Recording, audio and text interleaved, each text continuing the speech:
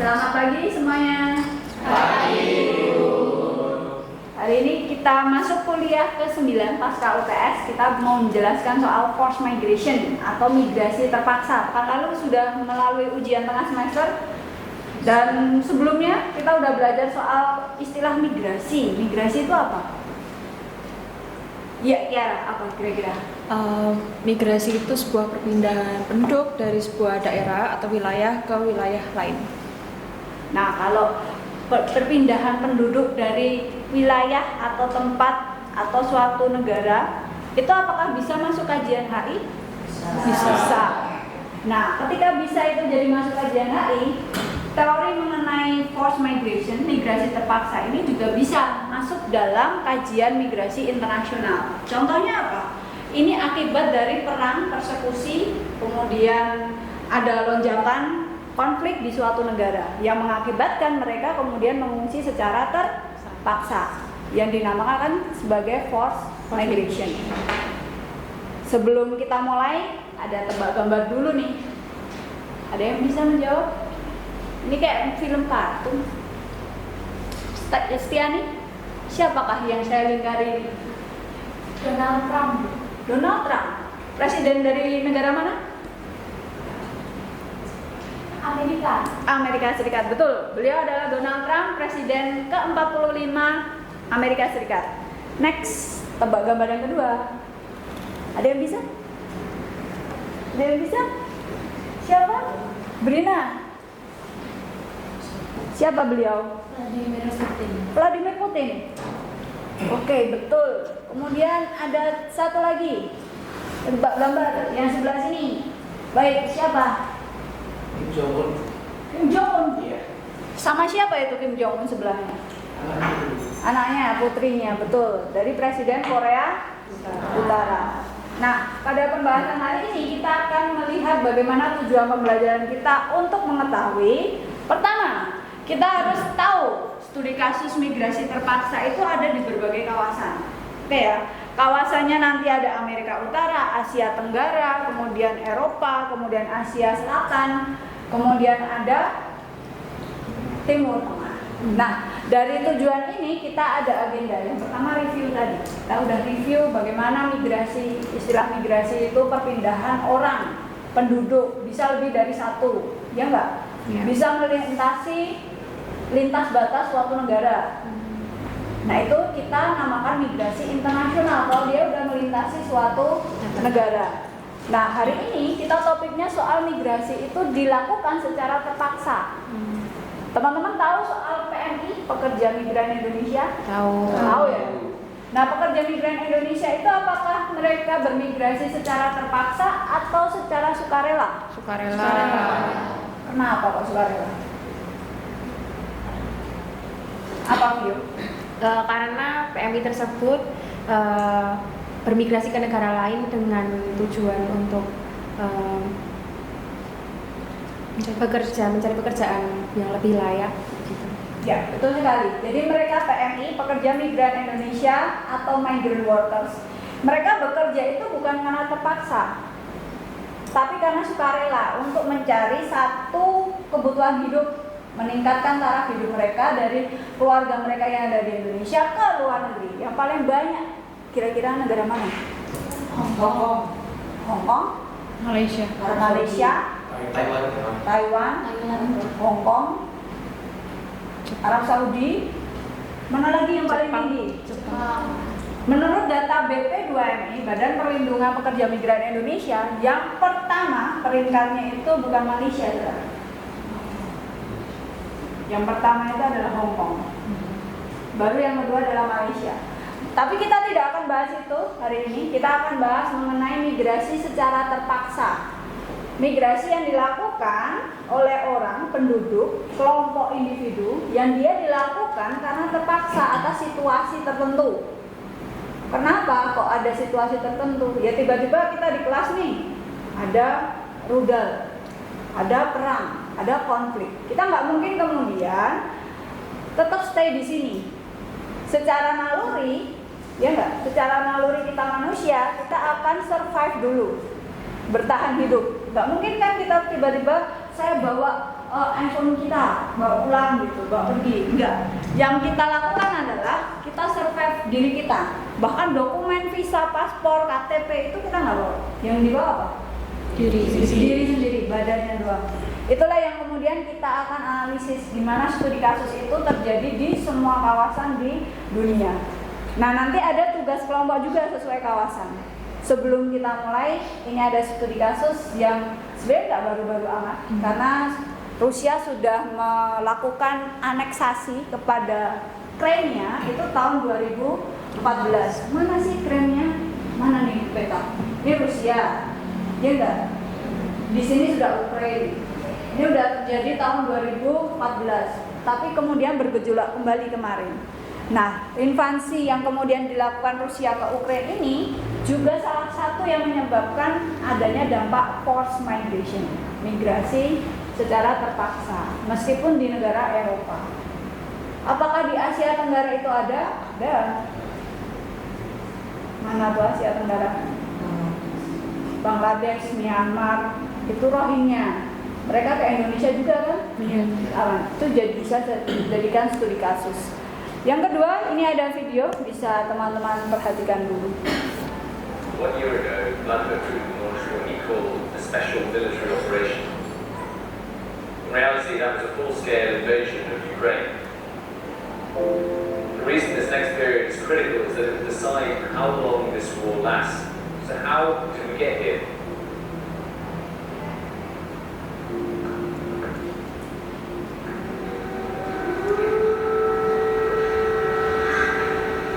The invasion began on February 24th. For months, Russia had been massive troops on Ukraine's border, but most people, including in Ukraine, didn't believe it would actually happen. The morning of the invasion, I was in Kyiv, and we woke up to watch Putin speaking, and about 5 minutes later, we started to hear the first explosions. Vladimir Putin has just addressed the Russian people moments ago, announcing that Putin called the start of a military special operation, in his words, to demilitarize Ukraine. I mean, judging by those words, this appears to be the worst case scenario.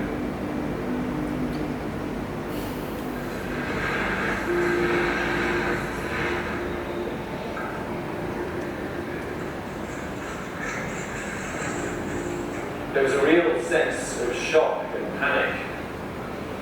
Millions of Ukrainians fled west, pouring into Europe. The first few weeks, Russia managed to seize about a quarter of Ukraine's territory. In the first days, it felt like the Russians were going to enter the city. They really reached the edge of Kyiv very quickly. The Russian plan was to topple Ukraine's government within days. But the Kremlin had hugely underestimated Ukraine's resistance. Ya. Kita mundur bentar. Yang di sini tadi pengungsi, saya back dulu. Pouring into Europe. Mereka mayoritas bawa koper nggak? Enggak. Tapi bawa jaket untuk, karena di sana masih musim dingin ya. Iya. Anda bisa lihat bedanya sama Rohingya. Mereka apakah bawa baju hangat, baju yang pantas, makanan? Mereka sampai Aceh nggak bisa kemudian bawa ransel, bawa dokumen-dokumen yang penting seperti itu. Jadi, kenapa kita harus belajar itu semua kawasan di dunia ini? Karena beda case-nya. Antara Rusia menginvasi Ukraina, pengungsinya itu seperti apa, kemudian Myanmar ada konflik internal itu seperti apa. Yang baru-baru ini, Iran nyerang siapa? Kapal di Nah, itu juga ada pengungsinya. Nah, pengungsi itu yang kemudian dampaknya itu karena konflik atau persekusi. Kita tebak dulu, ini kawasan mana yang berwarna merah? Amerika Utara. Amerika Utara. Yang warna Eropa. Apakah Eropa ini? Uni Eropa, Eropa Barat? Nah, kemudian yang di sini? Timur Tengah. Yang ini? Asia Selatan. Asia Selatan. Apa di kasusnya, Bu? Banyak ada. Dan yang di sini kita ada di sini? Oke. Betul sekali. Di sini Amerika Utara. Ada studi kasusnya enggak? Ada. Studi kasusnya banyak antara Amerika dengan Meksiko. Meksiko yang kemudian mencari nafkah kehidupan mereka para imigran non prosedural pindah ke Amerika. Apakah mereka kemudian secara terpaksa karena tuntutan ekonomi tadi atau karena perang atau persekusi? Nah, itu Anda bisa cari studi kasusnya seperti apa. Yang di sini di Eropa banyak studi kasusnya. Tahun 2015 ada Timur Tengah yang mulai bergejolak.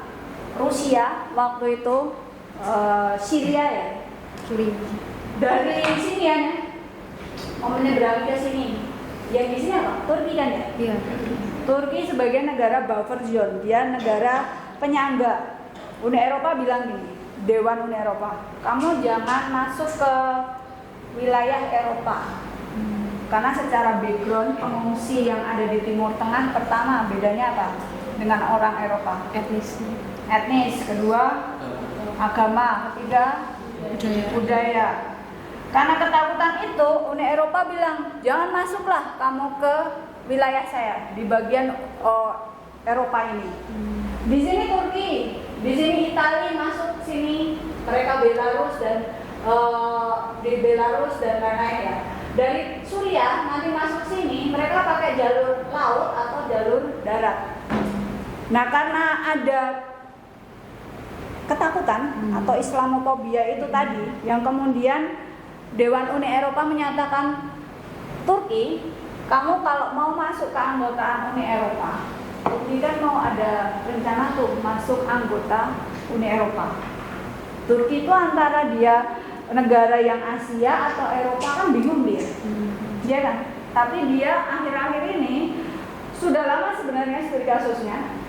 Dalam penelitian saya tahun 2016 itu juga menganalisis Turki itu mau masuk Uni Eropa, tapi syaratnya banyak banget. Syarat yang pertama, diminta untuk menangani para pengungsi yang forced migration ini dari Suriah nggak ke Eropa. Karena letaknya sangat strategis di situ sebagai negara buffer zone, negara penyangga. Negara penyangga itu saya kasih berapa bantuan US dollar untuk menangani camp-camp pengungsian. Repot nggak tapi mengurusi jutaan orang pengungsi dari Suriah? Iya, repot itu. Nah, itu yang terjadi di Eropa. Itu banyak studi kasusnya. Nanti teman-teman bisa cari lagi. Timur Tengah kebanyakan konflik yang kemudian kita tahu konfliknya itu ketika ada konflik kayak gitu, yang jadi korban bukan harta benda, tanaman, tapi juga manusia. Kita as a human kan gitu. Nah, pilihannya adalah tetap bertahan atau mengungsi. Iya nggak? Ketika mengungsi, mau kemana? Kok nggak ada yang Timur Tengah tiba-tiba mengungsinya di Afrika? Ini Afrika kan? Kok milihnya ke Eropa? Karena Eropa Lebih strategis, lebih maju. Terus apa? Ekonominya lebih stabil, negara-negaranya lebih menjamin hak-hak mengenai pengungsi. Itu yang kemudian mengapa mereka jatuhnya adalah mereka mengungsi ke negara-negara yang kira-kira negara tujuan itu mampu menghidupi kita. Ya, logis dong. Logis nggak? Kita nih mau mengungsi ke negara yang lebih buruk, kan nggak mungkin. Kita maunya aman, rasa aman, punya tempat tinggal, punya rumah, bisa bekerja, bisa sekolah, dapat kesehatan. Mana yang bisa didapat? Di situ. Terus di Amerika. Apakah ada yang di Asia Tenggara? Nah, kita lihat. Asia Tenggara sebagai negara-negara transit nanti. Nah, dari kawasan ini kebanyakan juga ke sini. Ini mana nih? Australia. Sebelum ke Australia, mereka kadang para pengungsi itu mengungsinya nyebrang ke Indonesia dulu. Indonesia sebagai negara transit. Kenapa Indonesia nggak menampung pengungsi? Apa, Fius? Karena tidak menandatangani perjanjian pengungsi. Betul, karena Indonesia itu termasuk negara yang tidak menandatangani konvensi pengungsi tahun 19. Ada yang tahu 19 berapa? Jadi ingat-ingat lagi tuh. Konvensi Pengungsi mengenai protokol pengungsi 1967. Kemudian yang di sini, kenapa kita nggak mengatasi pengungsi? Karena kita nggak meratifikasi itu. Oke ya, nggak menandatangani konvensi itu. Nah, ketika nggak menandatangani, siapa yang mengatur mereka ketika mereka datang di Indonesia? Betul sekali, UNHCR, IOM. Mereka yang punya mandat untuk mengatasi itu, mengatasi masalah pengungsi yang mampir di negara transit di Indonesia. Gitu. Nah, dari sini kita nanti akan belajar nih small group discussion. Ada berapa kawasan ini? Timteng, Eropa, Asia Selatan, kemudian Amerika Utara, Asia Tenggara. 5 kan ya? Kita akan bagi kelompok. Kita hitung dulu. Hitung 5 ya? Iya. 1, 2, 4, 1, 2, 5.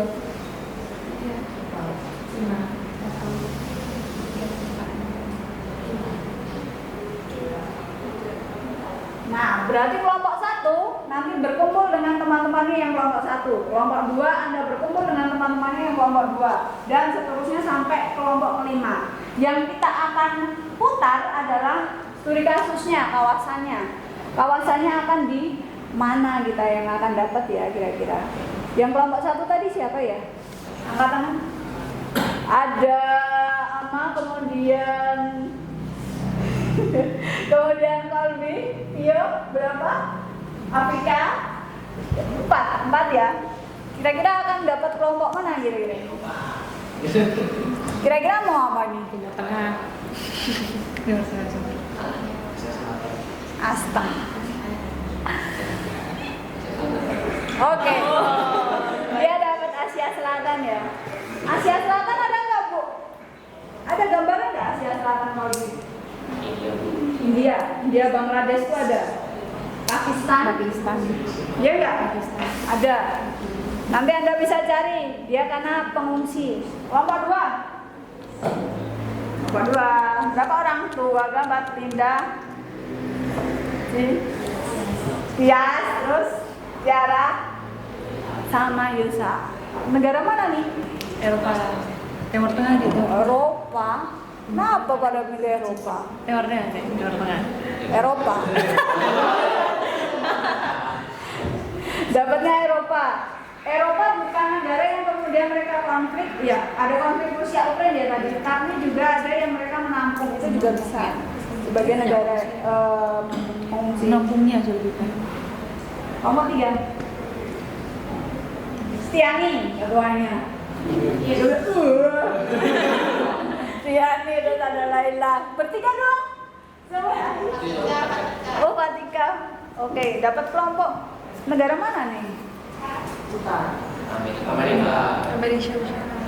Ya. Iya. Ini ya terakhir. Oke, Amerika Utara banyak, Meksiko dan Amerika Serikat ya di situ. Kemudian kelompok keempat. Savina, Ike, sama Ariska. Kelompok mana nih? Kentang katanya. Timteng. Kentang. Oke, Timteng sesuai ya sama pemimpinnya ya. Kamu mau melipis Bashar al-Assad ya silakan. Nah, terus kelompok berapa lagi nih kita? Kok masih ada? Tadi ada yang belum di close ya berarti. Amerika Utara belum dikeluarin. Tinggal Amerika Utara. Amerika Utara udah. Kan sisa tadi Bu tinggalan Asia Tenggara. Iya, Asia Tenggara sama Amerika ya. Amerika udah Bu. Amerika Utara udah. Kan sisa. Berarti tinggal Amerika Asia Tenggara. Banyak nih studi kasus Asia Tenggara. Nah, kalau udah selesai di pemutaran untuk ini studi kawasan, nanti teman-teman mencari tuh studi kasusnya apa saja yang ada di kawasan sesuai kelompoknya. Oke ya? Udah tahu dong studi kasusnya. Nah, kita masuk teori dulu. Kita teori pertama kita bahas soal model force of migration. Ini model miliknya Pak William B. Wood. Siapa sih beliau? Beliau menjelaskan apa sih?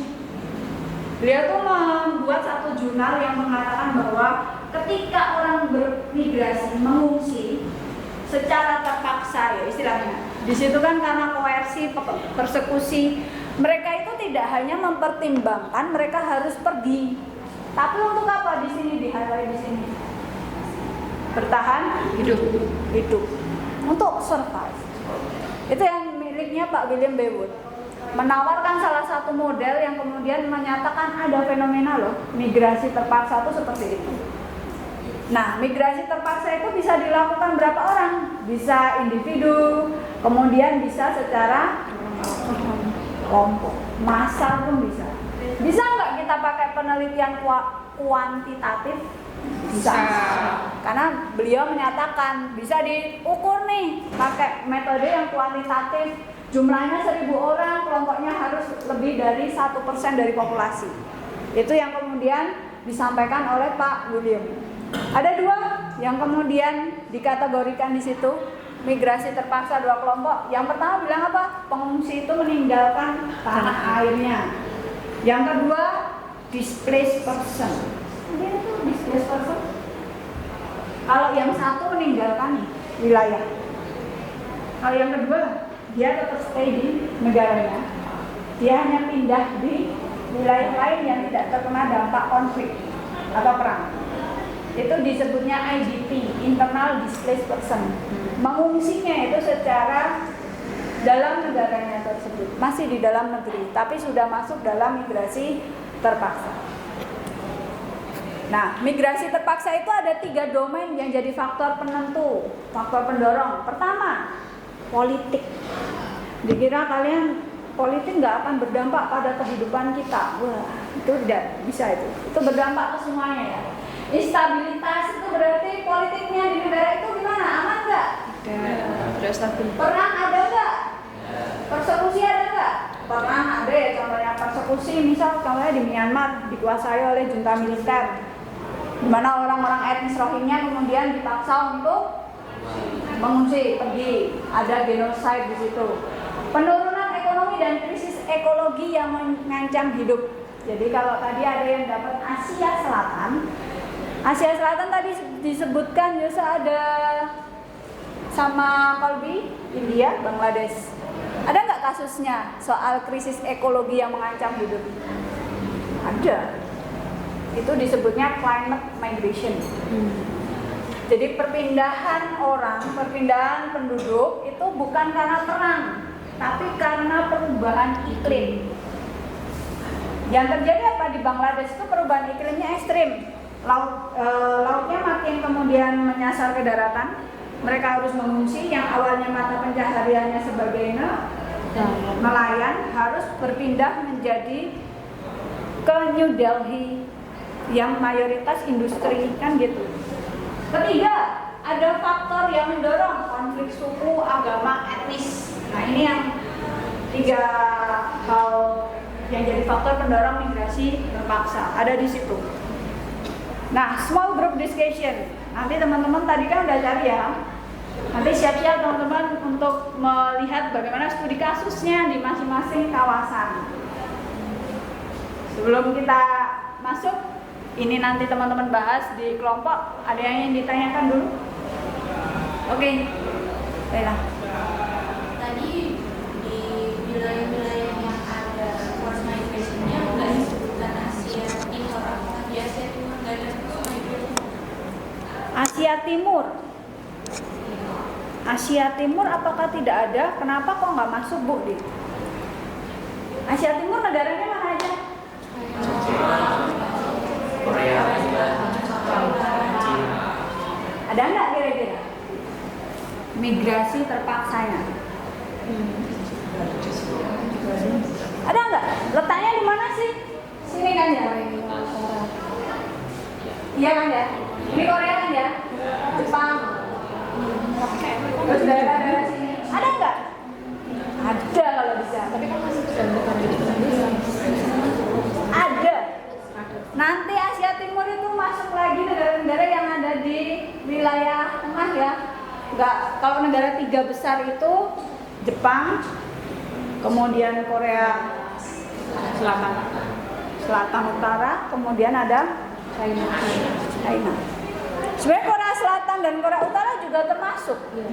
Mereka mengungsi kan, tapi dalam situasi yang sama, non prosedural seperti itu.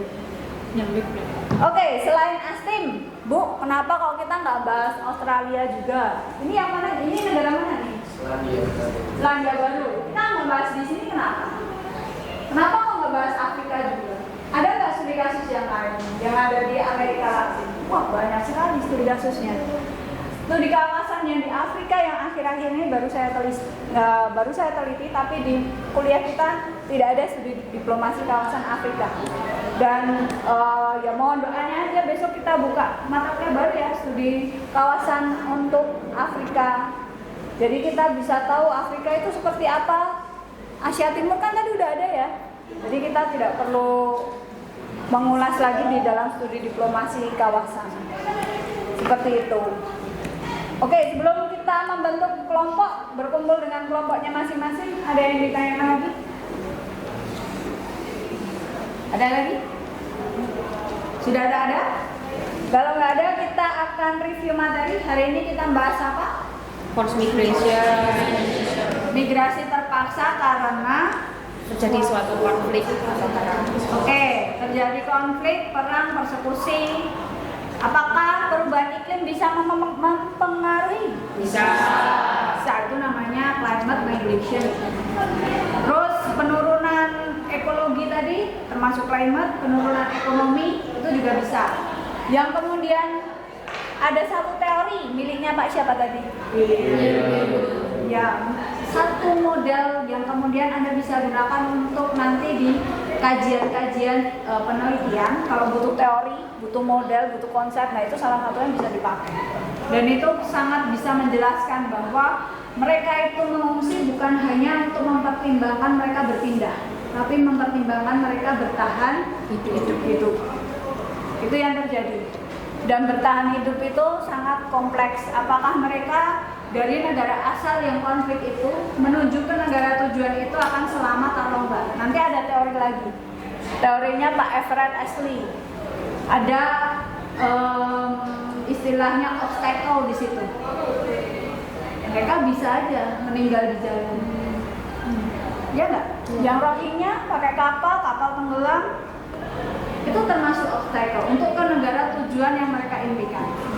Orang-orang Timur Tengah, Suriah yang mau ke Eropa di Laut Mediterania, bisa aja mereka kedinginan, kelaparan, mereka meninggal gitu. Dan itu obstacle yang terjadi. Terus kalau udah sampai ke negara tujuan yang diimpikan, semudah itukah masuk? Enggak. Karena nggak bisa kemudian kita masuk suatu wilayah negara itu sesuka hati kita kan gitu. Anda perlu apa dokumennya? Visa paspor. Sedangkan yang mereka bawa apa? Badan. Itulah yang mengapa kita harus mengerti bahwa kondisi ketika seorang pengungsi itu di Aceh itu tidak membawa apapun. Bahkan siapa yang bisa menggunakan bahasa orang etnis Rohingya? Mereka nggak bisa bahasa Inggris juga. Itu kenapa kemudian kita setidaknya bisa bahasa Inggris kan gitu. Nah, kesusahan yang kemudian dilalui oleh UNHCR dan IOM itu harus mencari penerjemah terhadap etnis-etnis yang kemudian mengungsi. Tapi kemudian kita nggak tahu bahasanya bahasa apa yang digunakan. Mereka mau ngomong apa, mereka sakit apa. Nah, review penugasan tadi sudah dibagi berapa kelompok? 5. Nah, itu pekan depan kita akan membahas masing-masing studi kasus mengenai kawasan Amerika Utara, Asia Tenggara, Eropa, Timur Tengah, Asia Selatan. Itu dibahas studi kasusnya apa aja. Oke ya? Oke. Kalau nggak ada ditanyakan, kita akhiri. Selamat pagi semuanya. Pagi.